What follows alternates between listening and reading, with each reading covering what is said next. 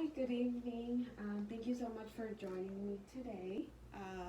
I just wanted to go over something really important that I feel like within the recent years we've been hearing more about it, and I definitely would want to bring in any intervention strategies and talk about how it's affecting the students.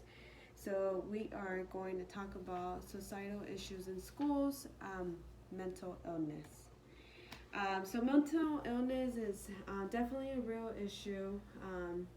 Just a brief definition of it is a disease that causes mild to severe disturbances in thought or behaviors, and it is resulting in inability to cope with life's ordinary demands and routines.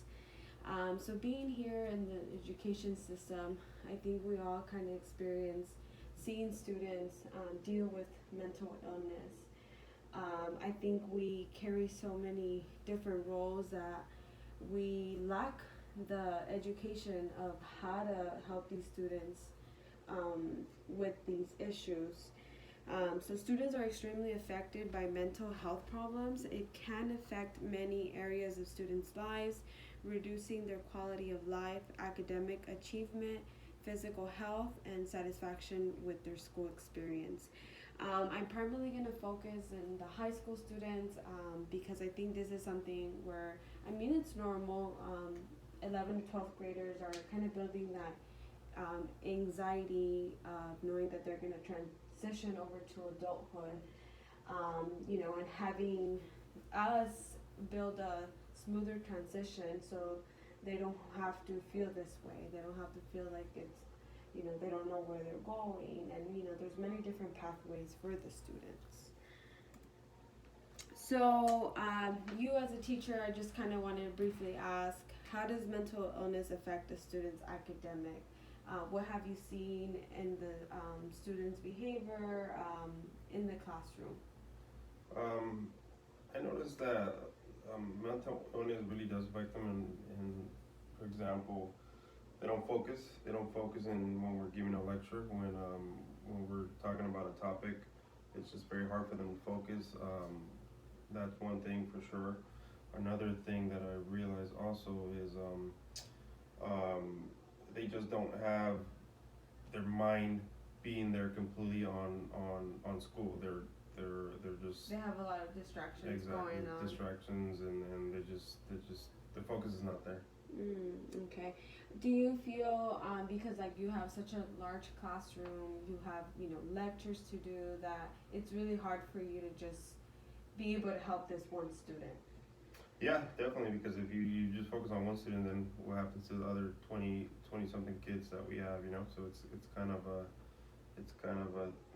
yeah, it's difficult. It's difficult just to focus on one specific person, but at the same time you don't want to leave them out, because then it can be a more bigger issue down the road.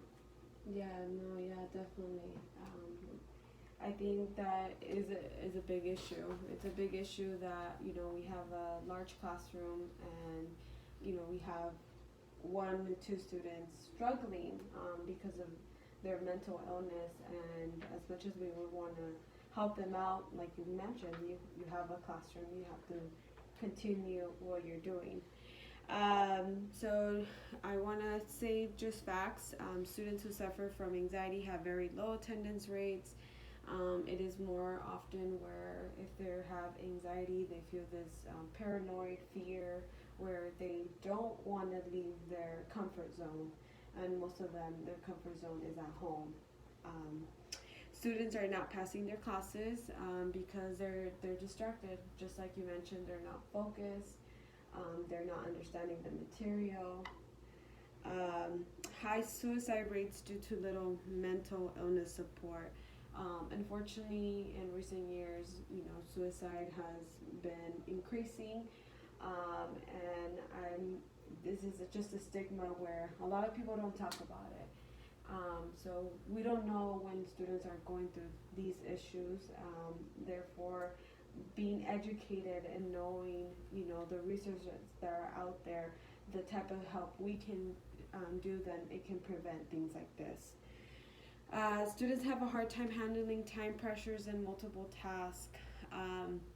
Besides any issues going at home, having multiple classes, and having that pressure of, wanting to continue their education, go on to college, go on and succeed in life.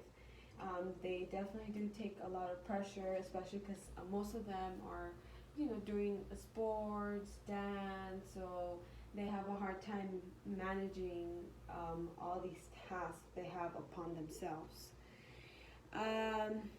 And then, of course, students have a hard time responding to change. Every teacher is different, so they implement their curriculum differently. So there's deadlines, there are presentations, and just academic. And these are things that I feel we lack in, and this is an issue that I feel we need to progress in. Having large classes and not enough psychological support, engaging curriculum, distractions from home, low attendance rates, teachers' motivation, counselors' motivation, not a safe environment, lack of monitoring mental illness on students, not enough awareness. So these are just facts that I feel within the academic we lack in, and there's definitely room for improvement, especially with population of these students going through mental illness.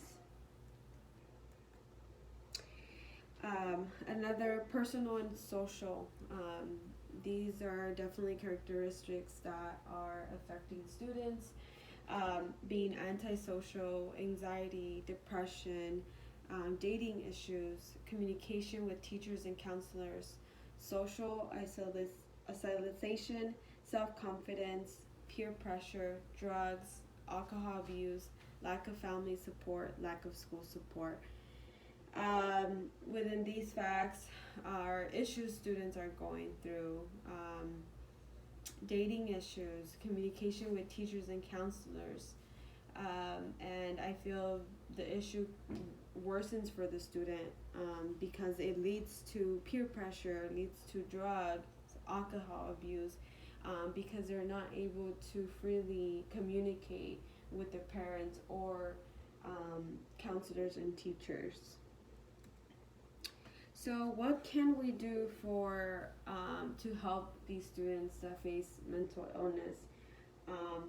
Do you have, as a parent, do you have a strategy, something that how you could help your child while he's at home or in dealing with a mental illness? I think just talk to them about it, speak to them about it, just be a little bit open to them, making sure everything's fine, making sure they're comfortable, making sure everything's going good at school, just in class, and then also at home as a parent, being more interactive with your kid, being more just checking up. It's simply a little easy to say, hey, how's everything going? How's school going? Is everything anything I can help you out? Being support, pretty much. So. Okay. Yeah, that's great. Just how I mentioned, as a counselor or parent, you simply want to start talking about it.